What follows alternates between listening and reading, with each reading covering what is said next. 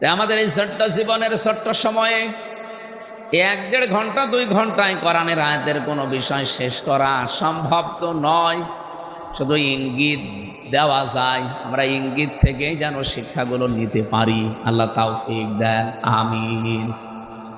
তেলাওয়াত, রসুলের উপরে দরুদ আর সালাম পাঠ করার মাধ্যমে তেলাওয়াত করেছি মাত্র একটা আয়াত, সূরা লোকমান 12 নম্বর আয়াতটা। 31 নম্বর সূরা কোরআনে কারিমের 34টা আয়াত আছে, 4টা রুকু আছে, মক্কায় নাজিল হয়েছে। লোকমান এটা এক জ্ঞানী ব্যক্তির নাম। ওনাকে আল্লাহ বহু জ্ঞান দিয়েছিলেন, কিন্তু ওনাকে আল্লাহ নবী বানান। লা ইয়ানজুরু ইলা সুওয়ারিকুম ওয়া আমওয়ালিকুম ওয়ালাকিন ইয়ানজুরু ইলা কুলুবিকুম ওয়া নিয়াতিকুম। আল্লাহ নবী বলেন, ইন্নাল্লাহা লা ইয়ানজিরু ইলা সুওয়ারিকুম ওয়া আমওয়ালিকুম। অবশ্যই আল্লাহ কোনো মানুষের চেহারার দিকে নজর করেন না, তার সম্পদের দিকে, তার পদের দিকে, প্রভাব প্রতিপত্তির দিকে খেয়াল করেন না। আল্লাহ শুধু খেয়াল করেন তার অন্তরের দিকে আর তাকওয়ার দিকে। তার কলবটা আসলে কি বলে, এই কলবের ভেতরে জায়গা আছে কার, এইটা আমার আল্লাহ দেখেন। হযরতে লোকমানের যে চেহারার বর্ণনা তাফসিরে পড়েছি, এখন বললে আপনারই কেমন যেন লাগবে। এই পৃথিবীতে আমি 3 জন কালো মানুষের জীবনী পড়েছি। তাদের জীবনী পড়তে গিয়ে পেয়েছি যে এত কালো মানুষ পৃথিবীতে আল্লাহ মনে হয় আর পাঠাননি, আর পাঠাবে কিনা তাও জানি না। তার ভেতরে হযরতে ওমর রাদিয়াল্লাহু তাআলা আনহুর বাড়িতে একজন কাজ করতেন। 2 নম্বরে হযরতে বেলাল, 3 নম্বরে এই যে সূরাটা পড়লাম লোকমান। তাফসীর বর্ণনা ইবনে কাসির বলেন তার জহব্বা ছিল ঝুলে থাকা, ঠোঁটগুলো মোটা, উনি শর্ট ছিলেন, বেটে, চুলগুলো কোকড়ানো ছিল। চেহারার বর্ণনা যেটা বললাম, হাড়ের তলা তো দেখেছেন, এও তো দেখতে ভালো লাগে, এর চাইতেও কালো ছিল, কুচকুচে।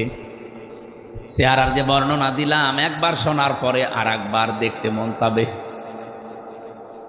অথচ আল্লাহর দরবারে তার মর্যাদা এত বেশি আল্লাহ দিয়েছেন। রব্বুল আলামিন বলেন, ওয়ালাকাদ আতাইনা লুকমানাল হিকমাতা আনিশকুর লিল্লাহ। অবশ্যই আমি লোকমানকে জ্ঞান দিয়েছিলাম, হিকমা দান করেছিলাম, আর তাকে বলেছিলাম আমার শুকরিয়া আদায় করো।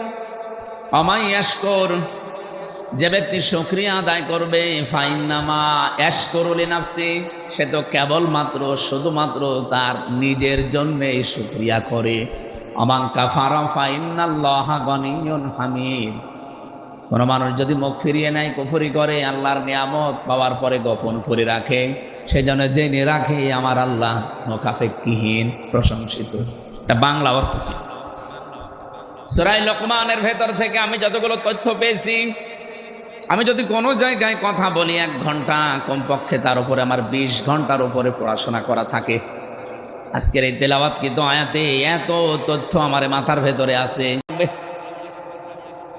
এইরকম মানুষটার মর্যাদা আল্লাহর কাছে এত বেশি, তিনি দুনিয়ার জীবদ্দশায় 4000 নবীর সাক্ষাৎ পেয়েছিলেন। 4000। তিনি তার জীবনীতে আমি পড়েছি 4000 নবীর সাক্ষাৎ শুধু পাননি, 4000 নবীর খেদমতও তিনি করেছিলেন। প্রশ্ন আসতে পারে, উনি কয় বছরই বেঁচে ছিলেন, এত নবীর সাক্ষাৎ পেলেন? পৃথিবীতে আল্লাহ নবী পাঠিয়েছেন প্রায় 1,24,000, মতান্তরে 2,24,000। এত নবী আর রাসূলের ভেতরে হযরতে লোকমান সাক্ষাৎ পেয়েছিলেন 4000 নবী আর রাসূলদের। তিনি প্রত্যেকের খেদমত করে 8টা জিনিস দুনিয়াতে তিনি অর্জন করেছিলেন। এ কোরআনে কারিমে আমার আল্লাহ 8টা জিনিস কোরআনে ছড়িয়ে দিয়েছেন। হযরতে লোকমান বলেন, 8টা জিনিস আমি সব নবী রাসূলের খেদমত এই যে 4000 নবীর কাছ থেকে বেশি, কিয়ামত পর্যন্ত যারা দুনিয়াতে আসবে, তারাও যদি 8টা বিষয় অনুসরণ করে চলতে পারে, তারাও চিরন্তন হয়ে যাবে। হযরতে লোকমান উনি বিদায় নিয়েছে কত হাজার বছর আগে, অথচ এখন সূরা লোকমান পড়লে মনে হয় ওই লোকটা এখনো বেঁচে আছে। পৃথিবীতে 200 কোটির উপরে মুসলমান, আমার মনে হয় হযরত লোকমানকে নাম শুনলে তার জন্য দোয়া করে না এরকম মুসলমান নেই। কারণ আল্লাহ পাক তাকে কোরআনে কারিমে চিরন্তন করে দিয়েছেন। তার যে উপদেশ বাণীগুলো তিনি তামাম পৃথিবীর সব মানুষকে উদ্দেশ্য করে দিয়েছেন তা না, দিয়েছিলেন তার সন্তানকে উদ্দেশ্য করে। রব্বুল আলামিন তার সন্তান হযরত লোকমান তার সন্তানকে এমন এমন কথাগুলো জানিয়েছেন, আল্লাহ এত বেশি খুশি হয়ে গেছেন যে কোরআনে কারিমের মতো এরকম মহা একটা কিতাব, যে জায়গায় আল্লাহ তার নামে 34টা আয়াত বিশিষ্ট একটা সূরা লোকমান পুরাটা নাযিল করেছেন। আপনি সূরার নাম দেখবেন, সূরা হুদ আছে, সূরা নূহ আছে, এগুলো সব নবীদের নাম। হযরত লোকমান নবী হিসাবে নির্বাচিত হতে পারেননি, কিন্তু তিনি এমন জ্ঞান অর্জন করে জ্ঞানটা কাজে লাগিয়েছিলেন।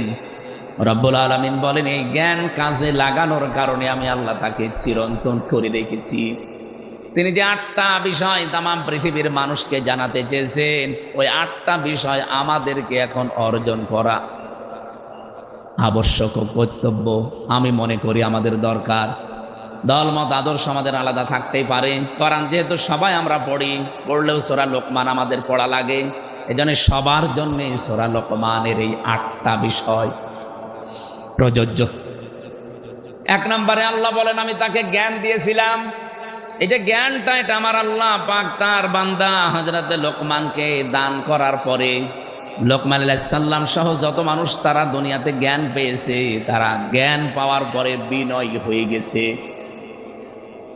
আমরা অনেকে জ্ঞান পাই, কিন্তু জ্ঞান পাওয়ার পরে বিনয়ী হওয়ার পরিবর্তে অহংকারী হয়ে যায়।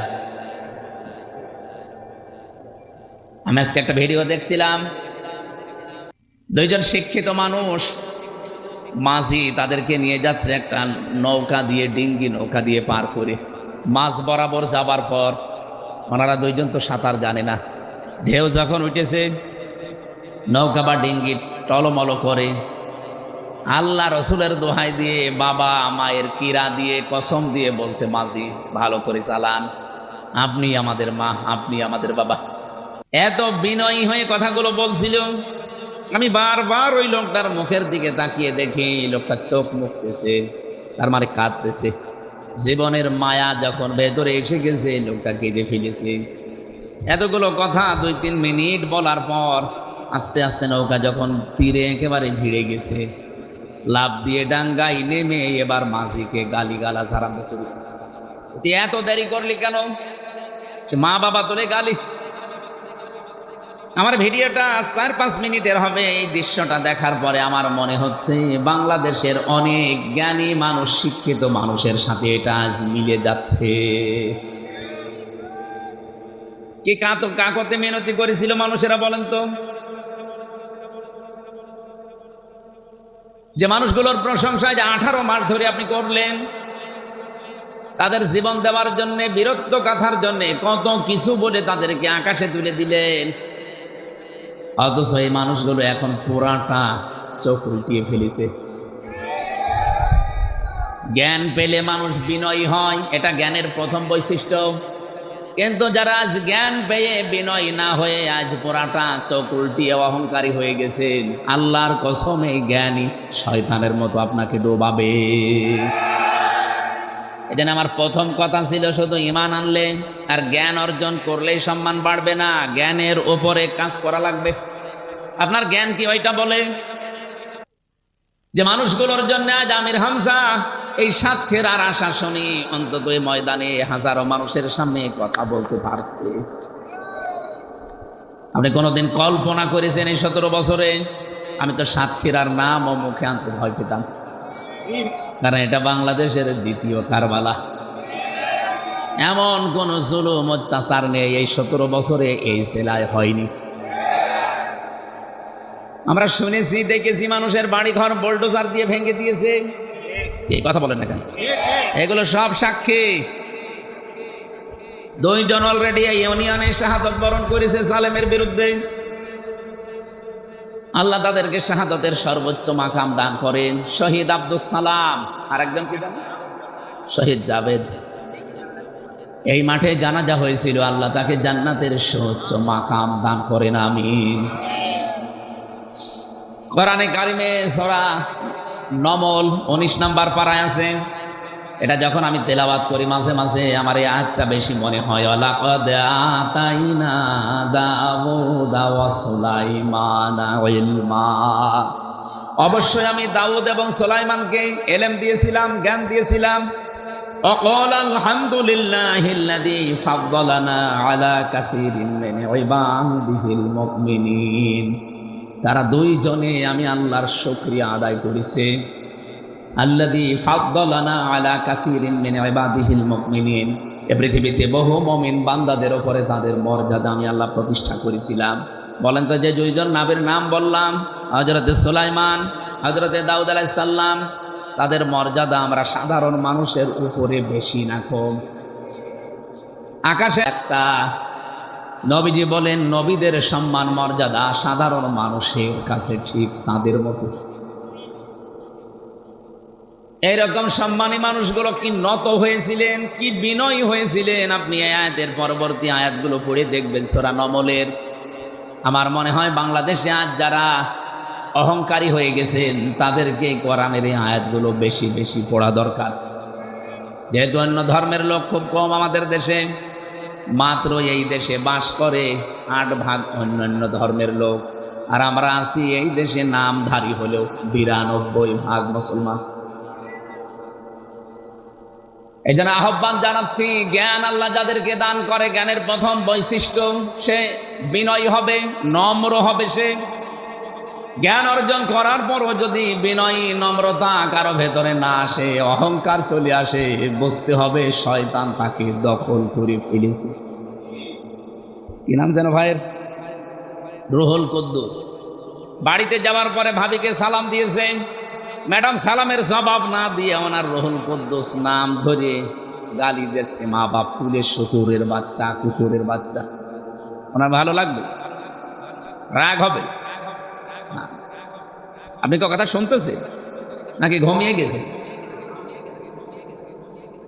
চেয়ারম্যান সাহেবের রাগ হবে না যদি জ্ঞানী হয়ে থাকে, আর যদি জ্ঞান না থাকে উনি রেগে যায়, হয়তো হিতে বিপরীত তালাকও দিয়ে দিতে পারে। যে কি পরিশ্রম করে আসলাম, সালাম দিলাম, জবাব না দিয়ে গালি দেয়। কিন্তু জ্ঞানী মানুষ হলে চিন্তা করবে, কি গো, একটা শিক্ষিতা মেয়ে, ভদ্র ঘরের মেয়ে, ভালো বংশের মেয়ে আমি বিয়ে করে আনলাম, আজ 30 বছর সংসারের জীবনে কোনোদিন মাথা উঁচু করে কথা বলে না, আর আজকে সালাম দিলাম আমারে গালি দেয়। অবশ্যই এর জিনে ধরিস। কি কথা বলছো? এর জিনে ধরিছে, ভূতে ধরিছে, নয়তো তো গালি দেওয়ার কথা না। আপনি জ্ঞান অর্জন করেও যদি বিনয়ী হতে না পারেন, নম্র ভদ্র হতে না পারেন, আপনি বুঝবেন আপনি আর মানুষ নেই, শয়তান আপনাকে দখল করে ফেলেছে। আশা করি উদাহরণ থেকে আপনি বুঝে ফেলেছেন আমি কি বলতে চাই। হযরতে লোকমান আলাইহিস সালাম তিনি তামাম পৃথিবীর মানুষকে উদ্দেশ্য করে জানিয়েছেন যে আমি আল্লাহর শুকরিয়া আদায় করেছি। 4000 নবীর আমি সাক্ষাৎ পেয়েছি, তাদের খেদমত করে 8টা বিষয় আমি তাদের কাছ থেকে পেয়েছি, আমি নোট করেছি তাফসীর থেকে। 1 নম্বরে তিনি বলেন, ইযা কুনতা ফিস সালাতি ফাহফাজ কলবাকা ওয়া ইযা কুনতা ফি গায়রিল বাইতি ফাহফাজ আইনাকা। তিনি দুনিয়ার মানুষকে জানিয়েছেন, হে পৃথিবীর মানুষেরা, আমি নবীদের কাছ থেকে যে 8টা বিষয় পেয়েছিলাম, তার প্রথম নাম্বারে এই যে নামাজে যখন মানুষেরা দাঁড়াবে তখন যেন কলবের হাজির অবস্থায় নামাজ আদায় করে। লা সালাতা ইল্লা বি হুজুরিল কলব, কলবকে হাজির করা, উপস্থিত করা ছাড়া কিন্তু আপনার নামাজ পড়লেও আদায় হবে না। আজকে থেকে যারা নামাজ আদায় করেন, এই দৃশ্যটা, এই বিষয়টা আমাদের জীবনের সাথে আমরা যেন মিলাতে পারি।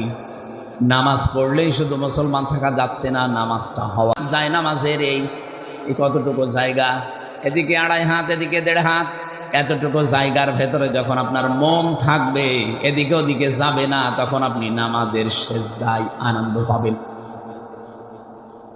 জেলখানায় 3 বছর আমার ফাঁসির কন্ডেম সেলে, প্রথমে তো আয়না ঘরে, এরপরে কন্ডেম সেলের ভেতরে 24 ঘন্টা তালা লাগিয়ে রেখেছিল।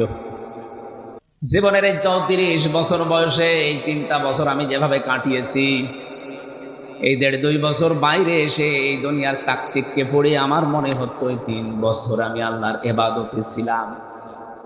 গভীর রজনীতে আমি সেজদা দিয়ে যে মজা পেয়েছি, এখনো সেজদা দেই, কিন্তু ওই মজাটা এখন আর হয় না।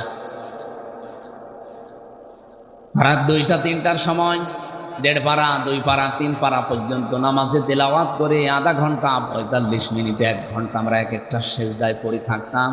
ওই সময় দেখেছি এমনিতেই চোখ দিয়ে অঝোর নয়নে পানি আসতো। আর এমন একটা মজা, এমন একটা আলাদা স্বাদ আমি সেজদায় পেয়েছিলাম, হাসির ওই কন্ডেম সেলের ভেতরে, বাইরে 1.5 বছরেও এখনো পাইনি।